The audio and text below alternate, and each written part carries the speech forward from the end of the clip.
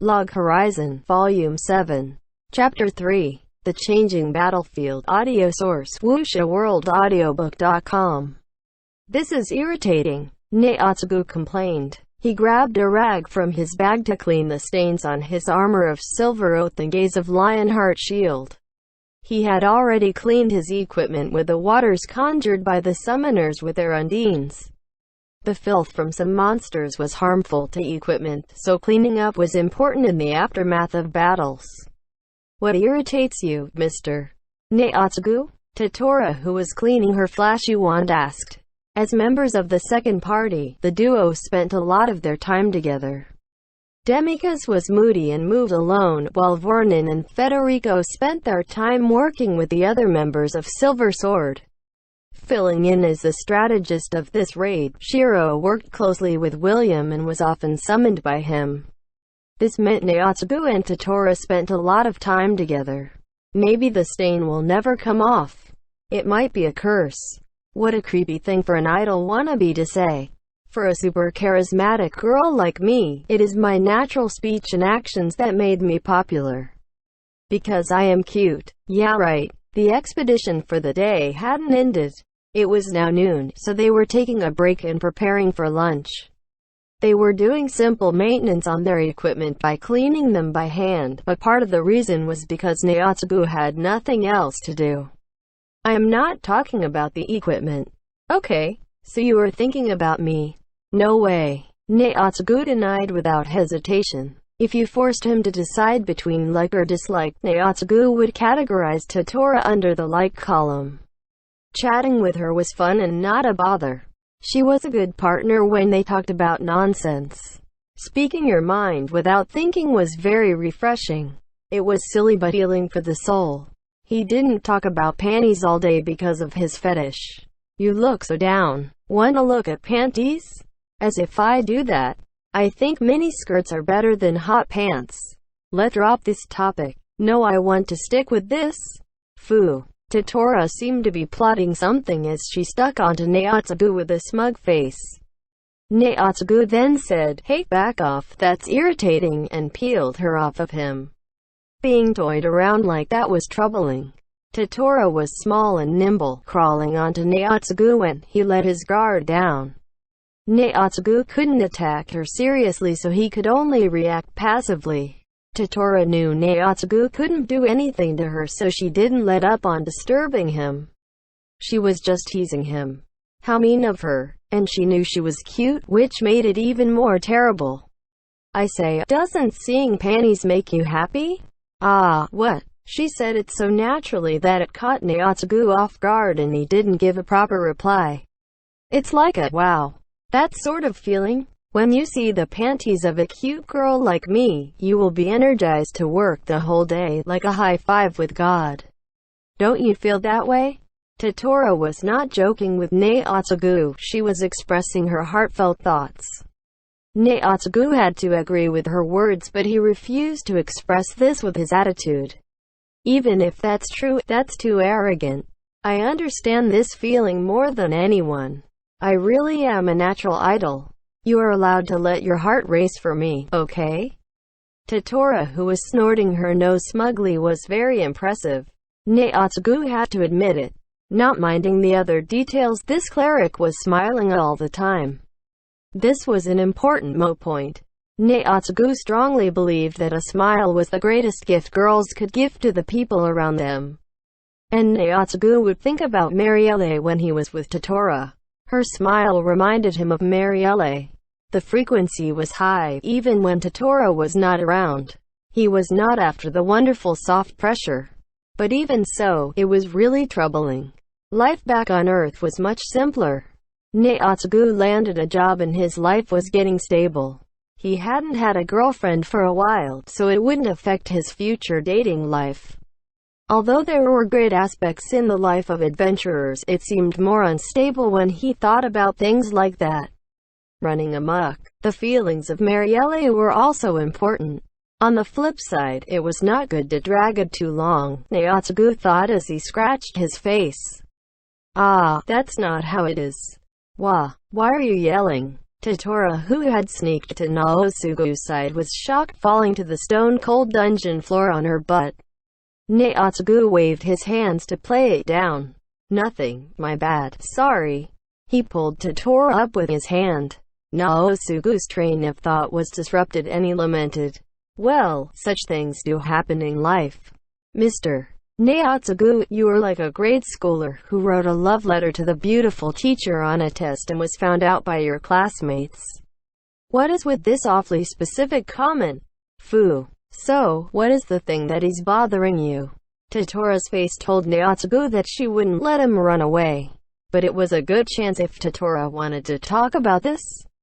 Naotsugu wanted to take advantage of this misunderstanding. "Ah, it's about Shiro," Naotsugu said as he faked a troubled expression. Totoro's smug expression shone bright. This equated to Totoro saying, "Way to go. How brilliant of me to ask the crucial question." Or something like that. Totoro puffed out her chest like a hopeless idiot. Naotsugu couldn't depend on Totoro's healing all the time. The trouble was real, but Naotsugu pondered on how to put his thoughts into words. "Hey, lunch is ready." Federico approached with a box-like container. It was filled with asparagus and meat stew. Although Naotsugu was slow to react, Totoro received the box with a smile and said, "Thank you, Mr. Federico." As expected of a self-proclaimed idol, Totoro was really popular. The raid group accepted her as one of them in no time and treated her well. She probably had fans too. Naotsugu could tell from the smile on Federico's mustached face as he said, "It's my pleasure." He seemed friendlier than he looked from the way he delivered the food. Demikos and Voronin had probably received their share. They were getting used to the duo from Silver Sword taking care of the menial chores. Naotsugu didn't think that this would have happened. "Eat up, Mr. Naotsugu. Remember to tell me what's up after this?" "Okay," Naotsugu answered directly as he searched for a suitable place to sit. This was one of the many small rooms in the Abyss Shaft Zone. Small was a relative term in this dungeon. The room was actually 15 meters by 15 meters big, about the size of a mini sports complex. The giant pillar might not be grandiose but was still decorated by carvings. In terms of atmosphere, it had a religious feel to it with the glowing light coming from the high ceiling. There were lots of empty rooms like this around this area. The morning was spent clearing all the monsters in the area. A granite pillar stump of just the right size was used by them as a bench. "Chow time. Time to eat." "There is an amazingly large piece of meat in the stew," Naotsugu thought as he chewed on a mouthful. It was a pain to explain. The core of the problem lay with Shiro, but things not going smoothly was just a gut feel. Simply put, Naotsugu didn't understand why Shiro was so troubled, that was it. But this human known as Shiro worried too much and burdened himself with too much work and responsibility. That's why people other than Naotsugu thought Shiro wore a bitter expression full of worry all the time. Naotsugu didn't think so. Shiro might have a sour face, but there were interesting things about him too. There were times when Shiro lazed around and broke bottles because of clumsiness as well. He had seen him sleeping on the table with an "I don't care anymore" expression on his face multiple times. But for those who were unfamiliar with Shiro, he always seemed to be thinking about complicated issues. He sometimes mumbled to himself but always solved the issues in the end. Naotsugu found it hard to tell what Shiro's limit was, and it was hard for him to explain to those around him. Because his normal serious face was no different from his expression in a Chris, Naotsugu couldn't explain how to differentiate between them. Naotsugu understood, but it was more of a gut feel. Shiro right now looked more troubled than normal. But that was just a gut feel. And it was hard to explain. "Shiro," Naotsugu said slowly. "How should I put it? Seems to be in a Chris." "Seems? Yeah, let's help him then." Totoro skewered her asparagus and decided, "Don't take this so lightly, it's hard to execute." Naotsugu answered, "The world calls him Black Heart Glasses, but he actually has a delicate ego. Is it okay to involve others?" Will it be fine to work on this alone? That's what he is thinking about. Is that so? He is mentally shut in. I can't deny that. He needs an idol. That won't be necessary. So why are we in this super rural cave? Because we need money, Naotsugu thought, but knew that this was not really an answer. Shiro had no interest in piling up gold and watching it. Money was a means to achieve something. That was the case with Crescent Burger. This time, the purpose of getting the money remained unclear, so Naotsugu was unable to answer. He wanted to buy the bank zone for the formation of the Round Table. His purpose was not in owning the bank. It was a negotiation chip used to converse with the adventurers of Akiba, a means to an end. What did he want to do with the money? What was the meaning behind it? Thinking back, Naotsugu did not hear of the plan from Shiro. A man he could trust without knowing everything, that's his friend Shiro. But it was hard to explain this to the third party Totoro. The reason, Naotsugu tilted his head as he thought. Inspiration struck. Just a guess, but it is to protect our home. Home. I'm not talking about a physical building. I mean a place you reside in or something like that. You mean a guild? Not just a guild. I don't really understand either. Naotsugu chewed on the bread he dipped in the stew as he thought about what to say. In order to survive, we will need things to eat and have a roof over our heads. And also comrades. A place to live with them is necessary no matter what.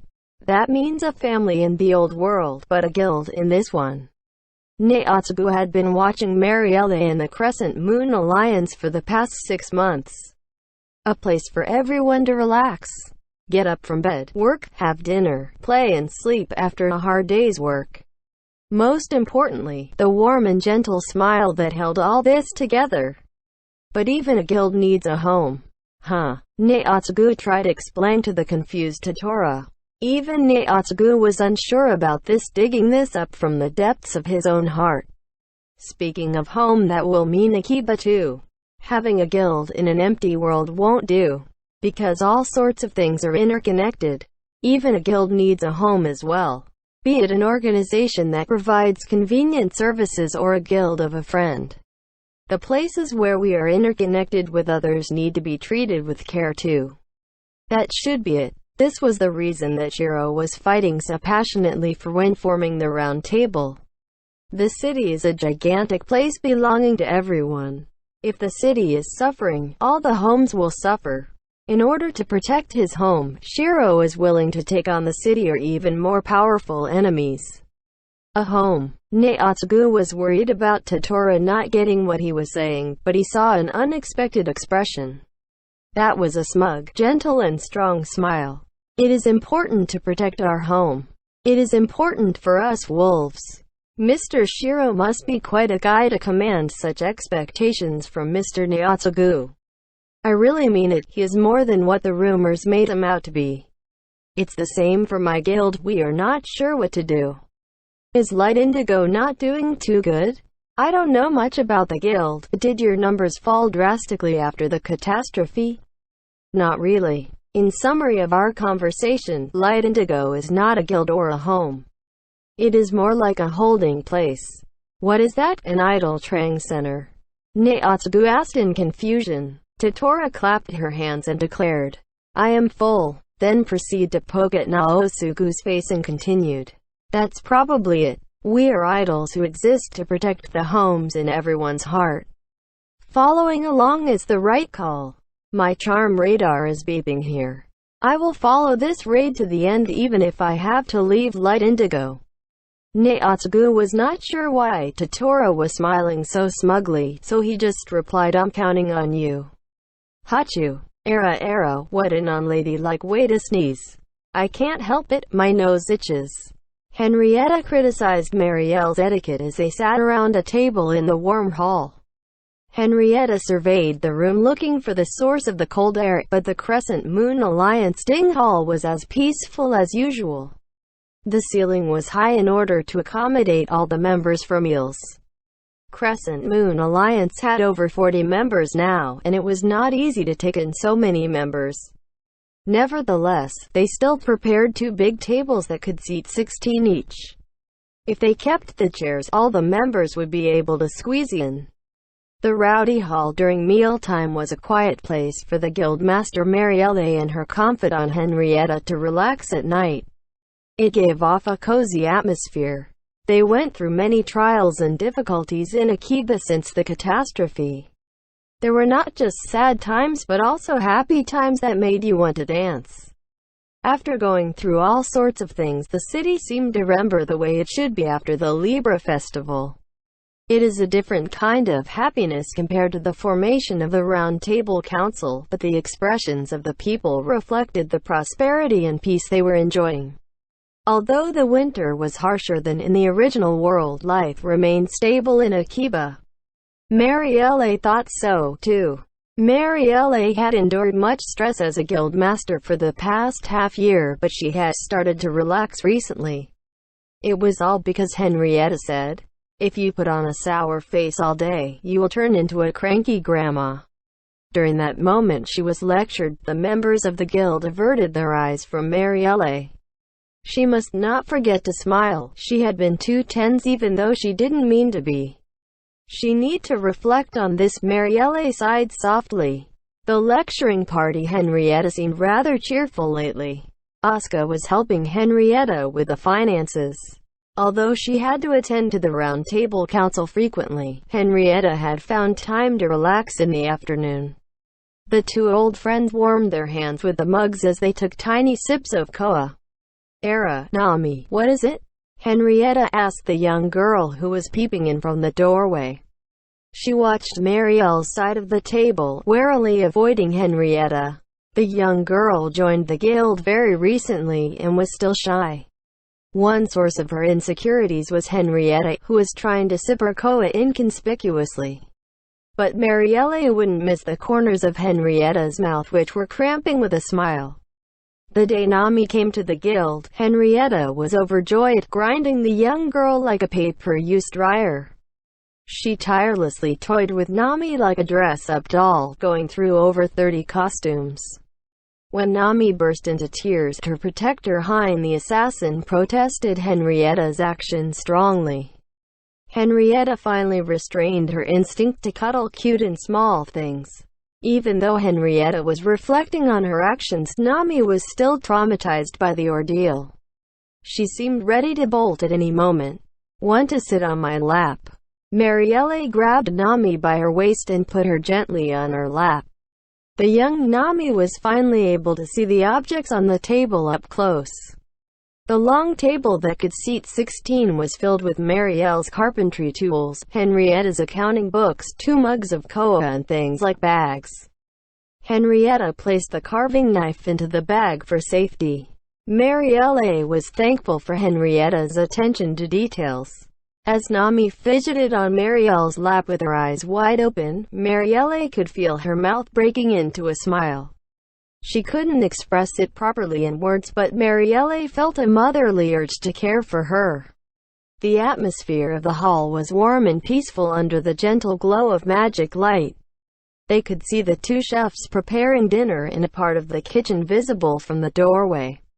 You could also hear the conversation from the corridor and the greetings of comrades returning home as well as those welcoming them. Nami smelled like freshly cleaned clothes. Marielle probably smelled the same. For Marielle, this was like a bond between families. "Want some koa? Or are you looking for Hein?" Nami was surprised by Henrietta, who offered her mug with her head tilted. Nami looked up at Marielle, then the koa, and then at Henrietta. Henrietta smiled and said, "Take it." As she passed the mug to the stunned young girl, Nami carefully received the mug that was too big for her, and drank from it. An impactful sense of sweetness. Nami's face was frozen in surprise. Among adventurers, the girl knew surprisingly little of their old world. Everything was amazing, and she desired to learn about it all. The amused members of Crescent Moon Alliance doted on her and taught Nami all sorts of knowledge, but Nami still liked Hein, who she knew first the most. She looked unsettled when Hein was not around, searching for the big brother she could rely on. "We can educate her about such things slowly." Marielle thought as she took care not to let Nami slip off. Nami, who had been sipping the koa slowly, suddenly froze. Concerned about Nami's troubled look, Marielle looked over and saw that there was only a bit of koa left. I drank the whole thing. What I should do, this belongs to Henrietta. She was probably thinking something like that. Nami was acting suspiciously because she felt that she had done something wrong. Marielle smiled as she watched Nami. Don't mind her, Amiko won't get angry over something like this. But addressing me as Amiko will make me angry. The icy retorts made Marielle feign fear. The face Nami made as she stared at the both of them was so cute that they laughed out loud. This interaction affirmed that both Henrietta and she felt the same warm feeling, making Marielle even happier. My guild, the Crescent Moon Alliance, is a great home, a place to be proud of. Hey, it's cold out here. These energetic words, which didn't really serve as a greeting, made Nami spring up and look around. That's probably Hein. He should be at the entrance. Nami didn't notice Henrietta's attempt to curry favor with her, so she simply nodded with gratitude and leapt off Marielle's lap. Marielle caught Nami and let her down gently with a smile. Nami then ran off with unsteady steps that made them worry. Really? What is it? I am jealous of how popular Hein is. That's because you traumatized her, Amiko. Ma, Rai, La. The two of them broke out in laughter. They had played around like this since old times, but this always filled Marielle with joy. So the sneeze from earlier was because of Naotsugu, right? Woo-wah. Marielle's only gained the upper hand momentarily. Her friend, who knew her so well, approached her with a menacing smile. Was it Mr. Naotsugu? Did Mr. Naotsugu talk about you? How would I know? Even in this magical world, detecting such things instantly was impossible. Alright then, why not ask him through telepathy? Pushing aside the logic of the fantasy world they were living in, Henrietta forced Marielle to a corner. It might be a mistake to discuss matters of the heart with this dear friend of hers. Marielle had already regretted this hundreds of times. Henrietta might be working hard and doing a huge amount of work, but her interest in bullying small girls and Marielle was so mean. Just like a scary mother-in-law. Boo, spare me. Why? Even if you ask, it is not convenient for me to say. She was at a loss, averting her eyes and becoming defensive. She intertwined the fingers of her hands together. It's just that, telepathy once a day, at 9 p.m. after dinner. Marielle's words silenced the room as Henrietta digested the news. Finally, Henrietta's sigh deflated in reply. I won't say it again. Marielle said as Henrietta made a rare expression with her mouth open wide in the shape of a rectangle. Because he is in a raid, right? He is working hard. It is a matter of life and death. He might die, okay? Naotsugu is definitely soldiering on. Shiro is thinking really hard, so we can't disturb them. So he made a promise to only use telepathy after they made camp at night. Henrietta sighed as she used her finger to press against her forehead. Her dear friend seemed so rude. Henrietta didn't seem to understand Marielle's well-meaning intentions. That's not what I am asking. Well, maybe I was. So he has contacted you every day? Yes. Marielle didn't seem to understand the situation and nodded her head. I will tell him about Akiba's condition and things about Akatsuki. Well, I told him about Nami last night. Didn't we make new boots for Nami? I told him about it. I also told him how we bought the rubber boots together and about Nami and Hein dancing at the entrance. That's right, I mentioned about the tandoori chicken too. Naotsugu said that he wants to taste some too. Naotsugu is so big and strong he can eat 3, right? It is spicy so he can take 4. We also chat about how great milkshakes are, so we should grab lunch together sometime. The time is up before I realized. Nah, don't you think the tandoori chicken is delicious too, Henrietta? Henrietta stood up as if she were suffering from heartburn. What is it? I need to send something to the Production Guild Liaison Committee before dinner. Is that so? Even if I am starving, I won't be able to eat dinner if this keeps up. Marielle, you, really? How should I put this? Marielle bid farewell to her depressed dear friend walking out of the hall. This was another normal day for Crescent Moon Alliance. Marielle had unknowingly gained another point in the scoreboard inside Henrietta's mind. The fight here was as intense as a raid battle. According to the scouting reports, a set of dark purple armor was sitting motionlessly in the middle of the giant basin-like arena. A cannoneer used the skill lock on sight to scan it from 100 meters away. The enemy was about 16 meters in height, probably a golem or a giant. The detection radius of a raid boss was special and wide. The arena would probably turn into a battlefield the moment William's group entered. The enemy was 7th of the Garden, Rusito. This enemy looked similar to 7th of the Prison, Rusito. We fought countless times in the Raid 9 Great Prisons of Heroes. The stats and tactics had probably been strengthened while readying its specialty. According to the reconnaissance report of the scouting team, 7th of the Garden, Rusito probably had dual modes of Black Knight and White Knight. The memory of the two modes interchanging as they attacked was still fresh on his mind, a difficult boss.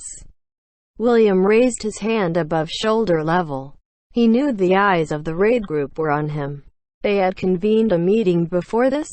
The scouting team attacked several times, using their deaths in exchange for valuable data. The strategy built on the information had been acknowledged by Shiro of Log Horizon to have a 50-50 chance of success. This number wasn't too bad for the first try.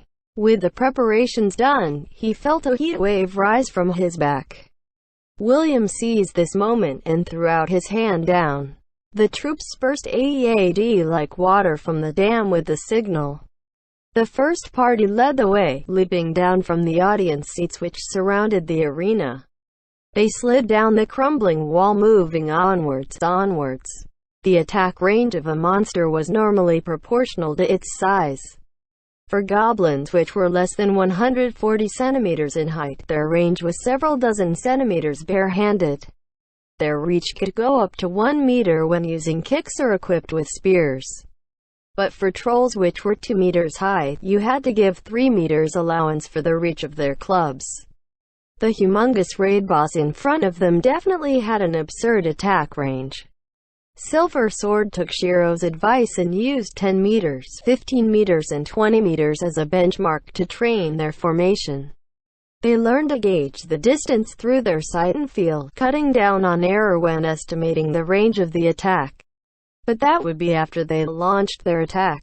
They need to move into the attack range of the enemy stealthily, with the tanks in the front and the vulnerable mages and ranged attackers at a safe distance. They would need to shift their distance, moving back and forth to stay out of the boss's range while being close enough to attack. If they did not make use of the raid boss's blind spot in their strategy, the rear guards would not be able to survive the raid boss level attack. That's how damaging a hit from the enemy was. Dinkaron led from the front and charged into the 20 meters range like a whirlwind. 7th of the Garden, Rusito came alive and stood up. Light from the red luminous fluid flowing within the mechanical armor could be seen through gaps as it lifted its oversized halberd up high. Dinkaron grit his teeth and raised his shield to shoulder the strike. His effort paid off as the heavily armored guardian from Silver Sword endured the first attack of the raid boss. The damage was slight, about 10% of his total hit points. But that didn't mean the attack power of the enemy was weak.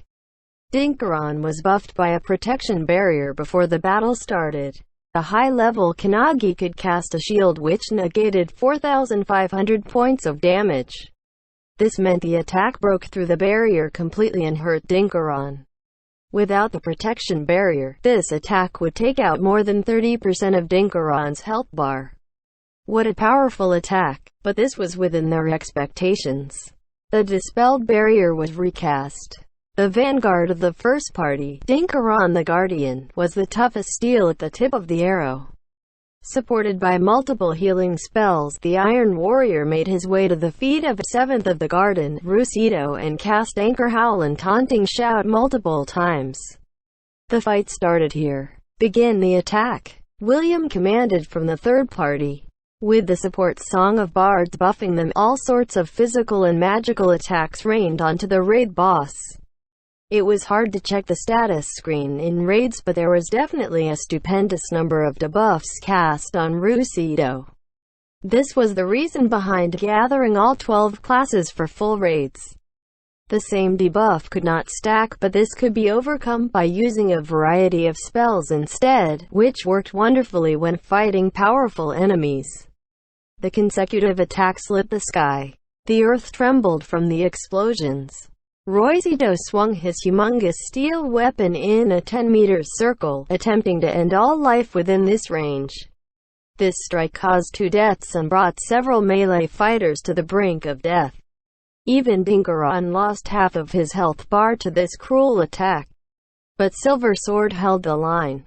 Kannagi had the resuscitation spell, Soul Call Prayer, which teleported dead comrades to their sides before revving them. A convenient spell which extracted allies to a safe distance in order to heal them. Recovery was supported by the carbuncle conjured by a summoner. The magic attack classes had health recovery spells too. They might be weaker than their healer class counterpart, but it helped to relieve the burden of the healing specialists. The healers other than the Kannagi prioritized healing the wounded.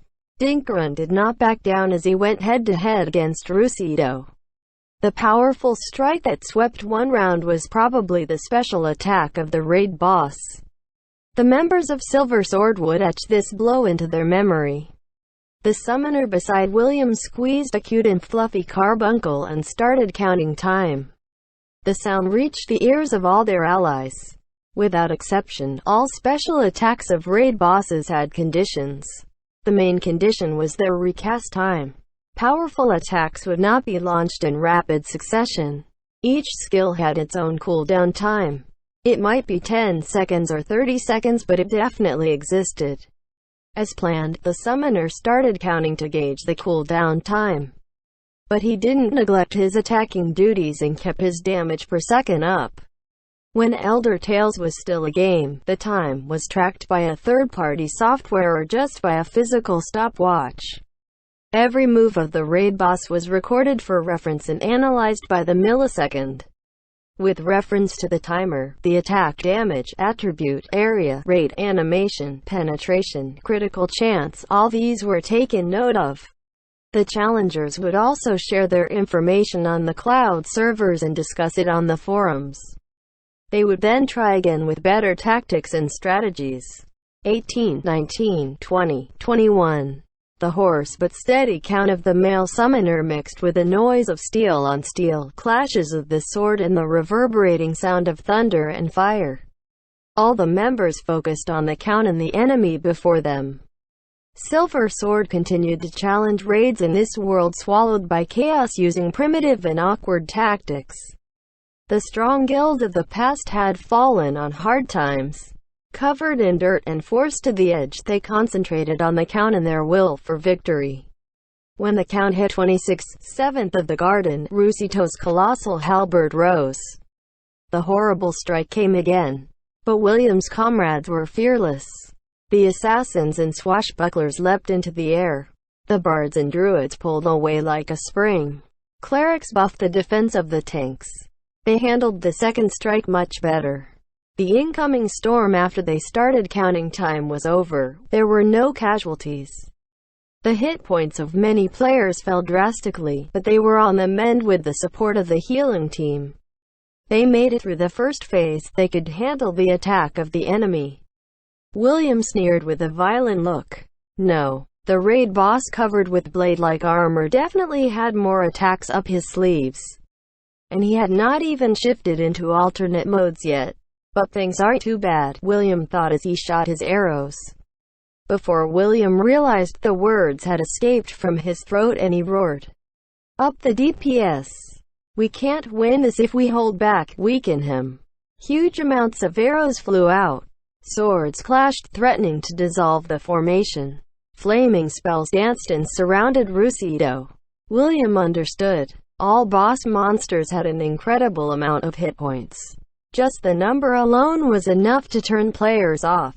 For a first-class rating guild like Silver Sword, the level 94 Guardian Dinkaron had base hit points of 18,000. The raid boss had 1 or 10,000 times that amount of health. If you viewed the hit points of 7th of the Garden, Rusito, in the form of the health bar, you could see how slowly the attacks were grinding his health down.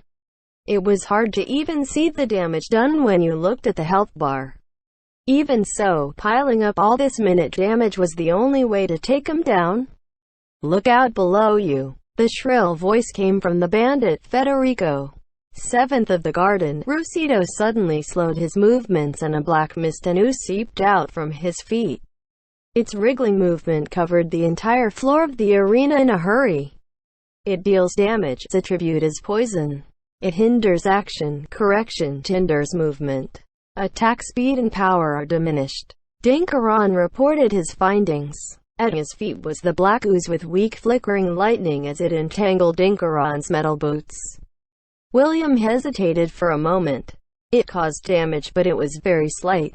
The damage hit against the protection barrier, causing sparks to fly, but was weak as it didn't break through. Melee members with weaker defense than Dinkaron did not suffer much damage, meaning the damage was low. The damage was insignificant and hindered movement. As William's sense of danger tangled 7th of the Garden, Rusito started to move with heavy steps. Dinkaron used Anchor Howl to stop him, but the effect was nullified. The armor of Rusito had a new Nullify skills effect, wide area movement hindering effect with low damage. When William realized its intent, he roared, "Mass buff defense! Mass healing!" This roar was like pressing a button. The team reacted on command. Translucent hemispherical barriers, the dim glow of defense spell, the orange light of reactive heal, all of that was blown away with one stroke. The metallic armored body of 7th of the Garden, Rusito, was like a weapon itself. The towering machine leapt with the agility of a cat. The halberd swung close to the ground, mowing through the members of Silver Sword. But despite that, more than half of the group survived. The fearless sound of counting continued, ignoring the pain. Healers of the first hold down the front line. Second party retreat to recuperate. Third and fourth, lower output to 70%, prioritize resuscitation. William smiled, unable to hold back his joy. He could smell the blood dripping from his nose. The taste of iron in the blood that was the raid William was after. The enemy was strong, beyond his expectations. But William and his crew were still alive. The battle was just beginning. Demikos leapt back 10 meters, exhaling the burning air from his lungs. He recovered his health slowly through his passive skill Resilience. The fight had fallen into a stalemate. He grit his teeth as though he wanted to shatter them as he glared at the enemy. Facing the 7th of the Garden, Rusito in dull purple armor, they had to endure his abuse and keep on wearing him down. The information on this was correct and the fight was going well. The melee warriors including Demikos struck at Rusito's sturdy armor countless times, making deep marks on the armor. These scars were like branches of a tree, covering Rusito's whole body. Suddenly, he started to shed, breaking out of his old shell like a hard-boiled egg. A Rusito as white as a hospital's ceiling emerged from within. The armor that dropped from his bleached body merged with the shadow at his feet, forming into shadow warriors. These black, slender and featureless monsters wielded giant battle scythes. They seemed two-dimensional, like pieces of paper because of their dark appearance. Demikos dodged white Rusito's beam. A weak, casual attack unlike the fierce strike from before. Demikos was ready to strike after recovering his hit points. Silver Sword members grabbed this chance to move in and attack in waves but were intercepted by the Shadow Warriors. Their range and attack power were much weaker when compared with Rusito's, but they made that up with numbers. A dozen of them had formed right now. The group dodged Rusido's careless attacks while destroying the Shadow Warriors. Even the main tank Dinkaron was unable to taunt this number of enemies, including Neotsugu, who he couldn't get along with. They would need 5 tanks to aggravate the enemies and keep them off the rest of the group. The Shadow Warriors pushed forward like bugs attracted by the sweet scent of honey. Demikaze locked onto these monsters with Wyvern Kick. Demikaze used his special skill Absolute Gahemness, a gliding kick allowing him to target any enemy in a 150-degree arc before him. By using this skill, he could charge into the midst of the enemy in one move. This was not advisable in normal conditions, as it was difficult to dodge the attacks of a strong raid boss like Rusido. It also left the healers behind him in a dangerous situation. But the shadows before him were raid monsters, not the raid boss. Enemies with such large and unwieldy weapons were a piece of cake for monks like Demikaze. Demikaze transformed into a green meteor with a crackling sound. Demikaze looked like he was navigating the air on a skateboard as he burst through the chest of a Shadow Warrior with his Tiger Echo Fist. The raid mobs attacked with their scythes in retaliation. Demikaze parried away the strikes with a backhand, pulled his knee to his chest and launched a shadowless kick. The enemies exploded like a watermelon falling to the ground. But with every Shadow Warrior that fell, Rusido would absorb their darkness and recover a bit of health. They were going back to square one. The white Rusido could heal itself. The catalyst was the Shadow Warriors, existing just to buy time. The white Rusido would be able to recover enough health after some time and start attacking again. Its armor would then be dyed black and it would launch powerful attacks repeatedly. The group could endure the torrent of attacks if it were just Rusido alone. If the Shadow Warriors teamed up with Black Rusido, the tanks would fall under the Shadow Warriors' scythes after Black Rusido's powerful strikes. The health of the group was supplied by the healers. Be it the protection barrier of Kannagi or the reactive heal of the cleric, there was a limit to what they could do. Fighting 7th of the Garden, Rusido alone had already pushed them to the limit. They couldn't let the mobs live, but killing them would restore the health of white Rusido. Before they knew it, there were 20-odd Shadow Warriors, and the raid had been pushed to the brink of failure. Shiro was the one who broke the stalemate. It irked Demikaze. The number of people who damaged Black Rusido was equivalent to the number of Shadow Warriors.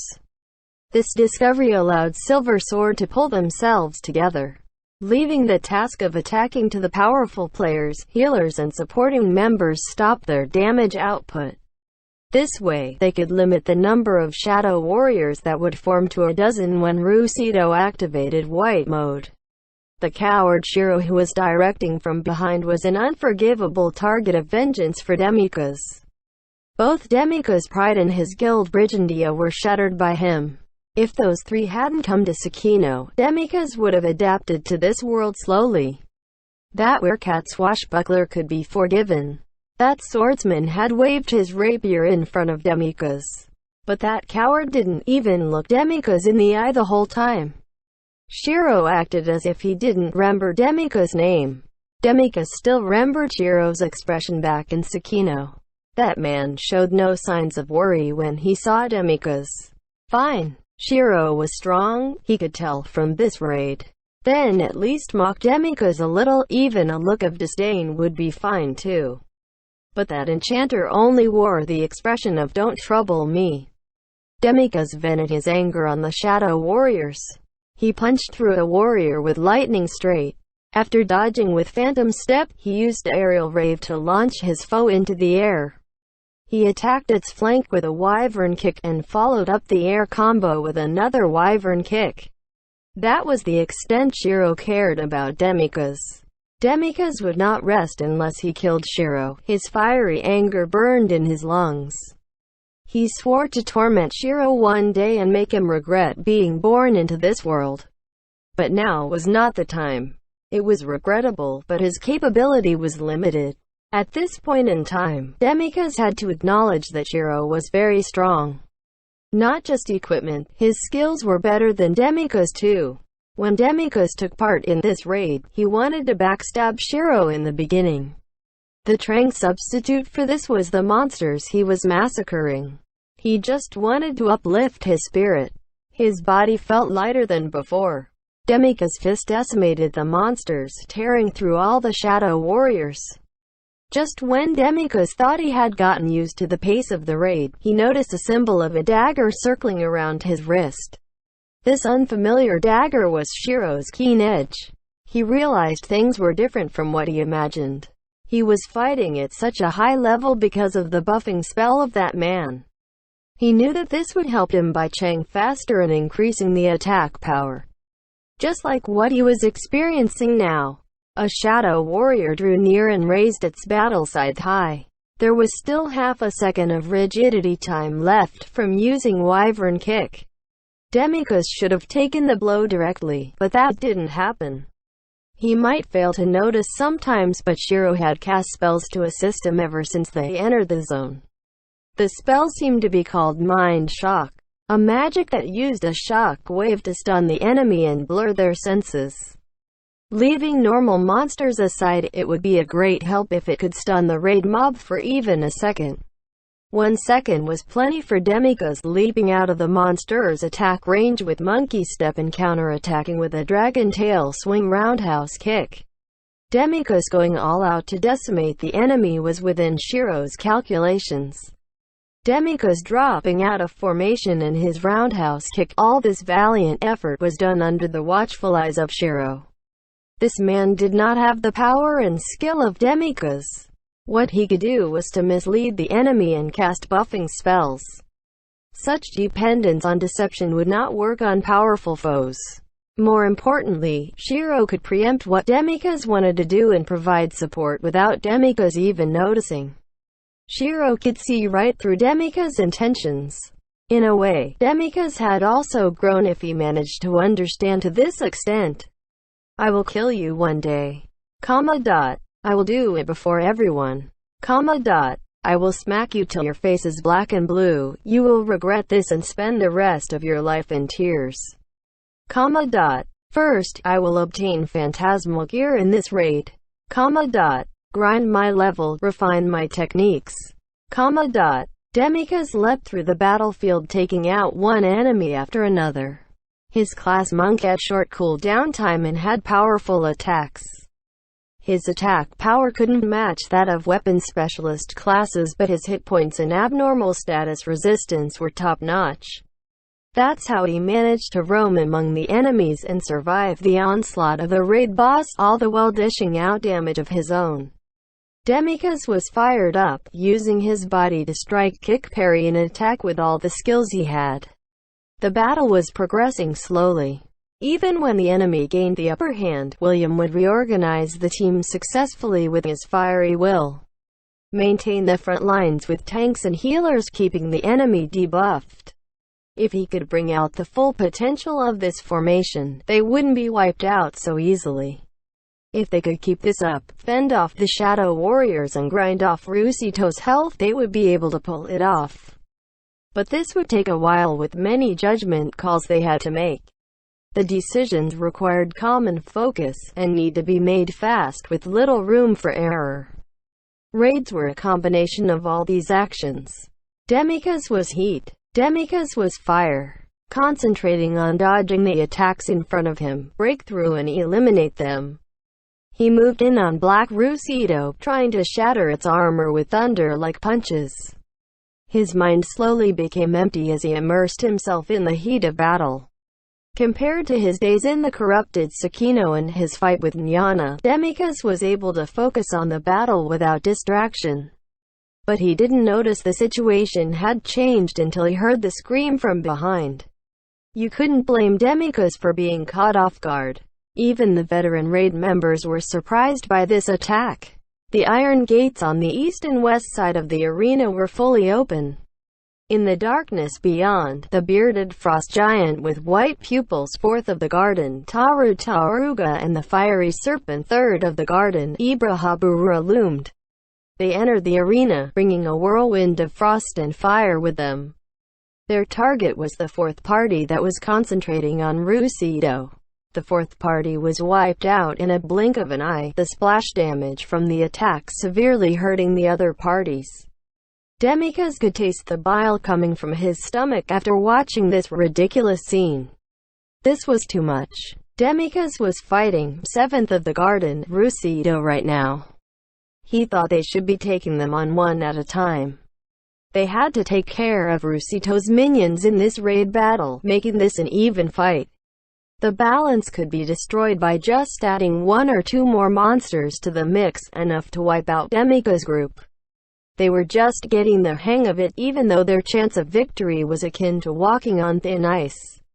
But now there were 2 more raid bosses on the same level as 7th of the Garden, Rusito. Demikos knew the truth. They couldn't win this. The problem was not with tactics or strategy. There was an overwhelming difference in fighting power, dismissing all their delicate preparation and hard work. If they had to take on 3 raid bosses, they would need a 96-people Legion raid army instead of a 24-people full raid force. He remembered the emotionless voice speaking from the depth of his ear that said this before. This world is no longer a game. The game has ended. WuxiaWorldAudio.com. Your time has ended. Just like adventurers adjusting their strategy for the raids, the monsters could also abandon their position and muster their numbers. That's what Demikos thought. If Demikos were the guardian of the dungeon, the first thing he would consider was such a strategy. Working together to destroy the adventurers. This was common sense, and it had happened. In this arena, with cruelty and despair frozen in, Demikos could hear an inhuman shriek. A face the size of a billboard you saw in cinemas approached. The frost giant leaned in as if he were falling and slammed his fist into the raid group. With a splatter, a summoner turned into a stain on the arena floor. Demikos could no longer hear the counting that calmed his mind. Demikos charged in like a tornado with a roar, knocking the surprised Shiro flying. After 3 or 4 somersaults, Shiro was caught by Naotsugu in midair, out of the attack range of the Frost Giant's club. "Look at how pitiful you are, coward," Demikos mocked Shiro. Although his left leg was crushed because of this, it was worth it since he got to see Shiro's dumbfounded look. "See if you can kill me, you bunch of cheating raid bosses," Demikos spat onto the floor. But both Demikos and Shiro were unable to escape from the hail of fire cast by 3rd of the Garden, Ibra Habura.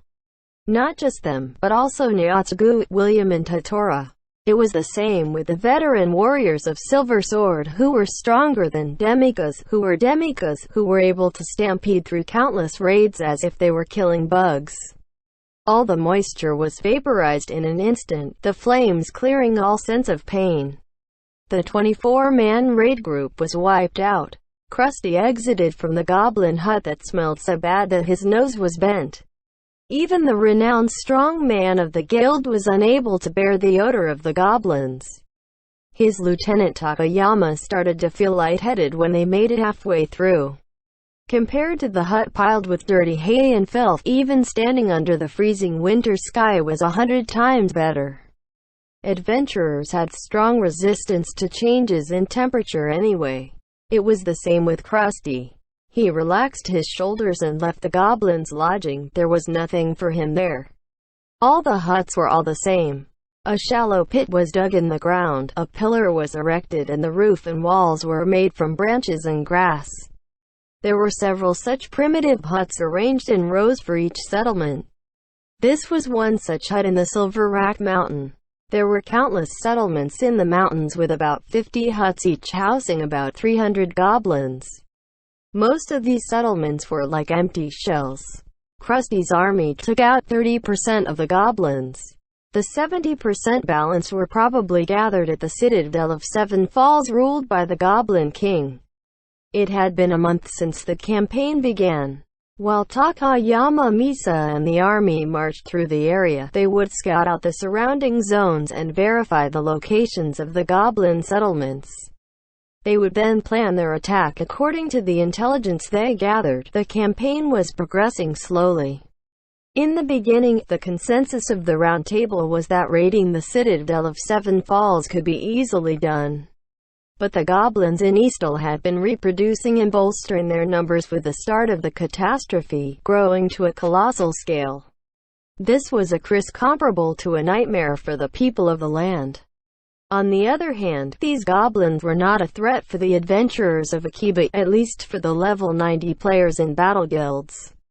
There was a raid quest that needed to be completed within the Citadel of Seven Falls, which Krusty was confident of finishing in 2 days with a select group of adventurers. Takayama agreed with his assessment. The goal this time was not to defeat the Goblin King. The mission was to ensure the safety of the people of the land living in the northeastern region. The root of the problem lay with the tens of thousands goblins roaming the area. Even if they could take out the Goblin King successfully, they would still fail if the leaderless goblins spilled out from Silver Rack Mountain. The staff officers of the command unit Krusty and Takayama had deliberately slowed their pace while traveling through the region akin to a hunting trip. Dozens of adventurer groups were patrolling Silver Rack Mountain, doing reconnaissance and small-scale battles. They were herding them like fish into a net, using this battle plan to chase all the goblins in the region into the Citadel of Seven Falls. For the goblins, they were mustering their forces to counterattack. But for Takayama's group, this was just a part of the plan. Takayama headed into the valley with a ready water source by Krusty's orders. The other members were investigating the area around the settlement. From the looks of things, it was unlikely to find any goblins left behind. They were relaxed as this was just a routine check. Krusty and Takayama bashed through the foliage as they followed a trail they had found. This path was probably used by the goblins to retrieve water. But the goblins were only 140 centimeters in height, so it was hard for the two of them who were taller to make their way through. After making their way to the river, they squinted their eyes because of a gust of wind. The cool wind seemed to sweep away any air of doubt. Takayama liked it, but Krusty seemed to be unmoved. Although she felt it when the Libra festival ended, but Krusty seemed to be getting more moody. Reese might bite her handkerchief and worry about him, but Takayama had been ignoring it. Krusty was a grown man. He would probably feel annoyed if a woman were to worry about him. That's what Takayama thought. No, it has nothing to do with being an adult or a child. Boys are delicate no matter their age. Takayama used her work experience as a gauge. Takayama had worked with Krusty for a very long time. She could guess what the things he was worried about were. An approximate idea. Taking the chance while they were out scouting, she chatted with him a bit. "My lord?" "Him? What's the matter, Officer Takayama?" Krusty reacted slowly as he looked at Takayama with thoughtful eyes. "You seemed troubled recently. What's on your mind?" Krusty hid his mouth behind his fingers deep in thought. Unlike the heavy gauntlets he normally wore, he had put on leather gloves today. The armor he was wearing matched his muscular body well. A guild master that looked great. There were plenty of people who were fooled by his appearance, but this made operations easy to run. With this in mind, Takayama probed further. "Are you bored?" Krusty gave Takayama a shifty look. He considered it for a moment, cleared away his dignified expression and smiled wryly, lifting his arms in surrender. "That's it. I'm bored. Please bear with it. I have been enduring it every day." Takayama sighed. It was just a wild guess, but she was right. Krusty had an intellectual look and took logical actions. He had the capability to manage people and the charisma to match. Operating the largest battle guild in the Yamato server was a real result he could be proud of. With 1,700 members, his guild was beyond the size of a small or medium enterprise in the real world. But Krusty was not as perfect as he looked. The young man who oversaw all sort of issues in the Round Table Council was mischievous and bored easily. This was only known to a few Pioneer Corps members, but the reason why Krusty founded such a large organization was because "I just want to see what will happen if I succeed in doing it." It was not meant to be a guild in the beginning. It was a talent network, which happened to be an important element when creating a guild. Krusty did it on a whim one day. This game Elder Tales was fun. But to enjoy the game, he would need to have a large number of comrades he could have fun adventuring with. The game developers knew this and had made similar statements. They included all sorts of systems for the players to find companions to play with.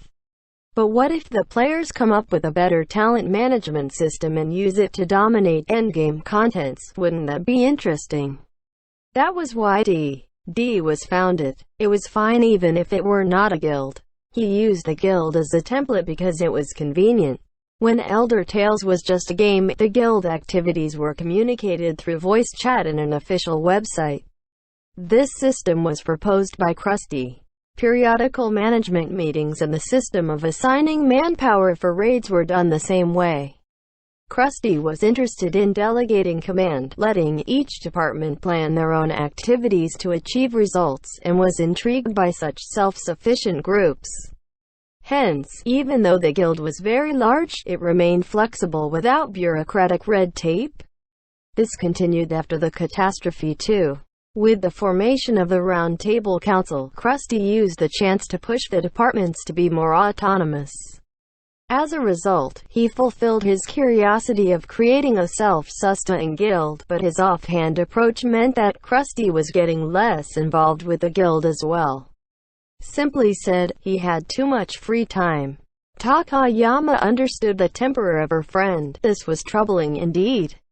Even though Krusty was talented, it was difficult to spend time with him because he was too capable. His excess abilities caused unexpected troubles and chaos around him, for better or for worse. It was a pain to handle aboard Krusty. He was not a lawless criminal and in the end, he usually did more good than bad. But the chaos he caused in the process gave headaches to Takayama and the others. Takayama thought that he could restrain his boredom after finding Rainisia, but she seemed to have overestimated the young lady. Forcing this issue onto the princess is unreasonable anyway. When she thought about it, she felt apologetic towards Rainisia. I have to think of a topic, she thought as she caught up with Krusty, who was wandering aimlessly by the river. He bent down and meddled with some pebbles. Found something? Not really. Krusty adjusted his glasses, which moved when he leaned forward, inspecting a pebble before his eyes. This was probably the tip of a broken spear. The river meandered further downstream. There were stones bigger than the fists of a child in the depths of the water. There was snow around the area, but this might be a great and refreshing place for a barbecue in the summer. Krusty kicked some pebbles and seemed to be onto something. This place appears to be a Trang area. Trang. This area seems to be well tended, Takayama replied. At a glance, she could see the signs of stones being moved to the edge of the trees. If she looked closer, she could find remnants of weapons between the rocks and trees. This place had been used for quite a period of time. She had never thought that the goblins would conduct Trang, but this was normal if they wanted to start a war. But even so, she didn't think this would help them much. The levels of the goblins were much lower than the adventurers. As Takayama thought about it, she noticed Krusty's gaze. She thought about it seriously for a moment and got it in an instant. The goblins were trying their strategy and tactics. They had not considered this possibility before. Just like Takayama's group plotted different approaches to raid the Citadel of Seven Falls, the goblins were also preparing for battle in different ways. This world was not Elder Tales anymore. Takayama cursed her own incompetence for not noticing this earlier. My lord, let's head back and break the news to the others. We need to send scouts to search the surroundings for Trang grounds and their effects. That's right. The two of them headed back towards the settlement after a short conversation. They need to meet up with Kugel and Richau's scout party first. Next would be heading back to headquarters and giving the necessary orders. It was already too late when Takayama noticed her scythe vibrating gently. It made a metallic sound in an instant and glowed red hot. The recent performance of the weapon was strange. It did not become weaker. Takayama felt that it had become stronger instead, so she didn't send it for repairs. but sometimes it would vibrate during battles and heat up for no reason. Takayama looked confused as she drew out her weapon to inspect it. This action was done automatically without much thought. But Takayama felt a truck had run over her hand, so strong that she was certain the bones in her arm were crushed. Takayama's eyes opened wide, seeing a dark red sphere enveloping Krusty, who had snatched the weapon away from her. The weapon emitted a red glow, and a bizarre force field was sucking everything into its twisted core. The Board D Guild Master was in the center of the sphere. Krusty pushed Takayama away with his other hand, but Takayama didn't remember asking him to do that, reaching out desperately for Krusty. She pushed her right hand into the twisted space. But with a sharp crack, Takayama was left alone in the silent night. Takayama's right hand, her old friend Krusty, and the scythe named Calamity were gone. End chapter.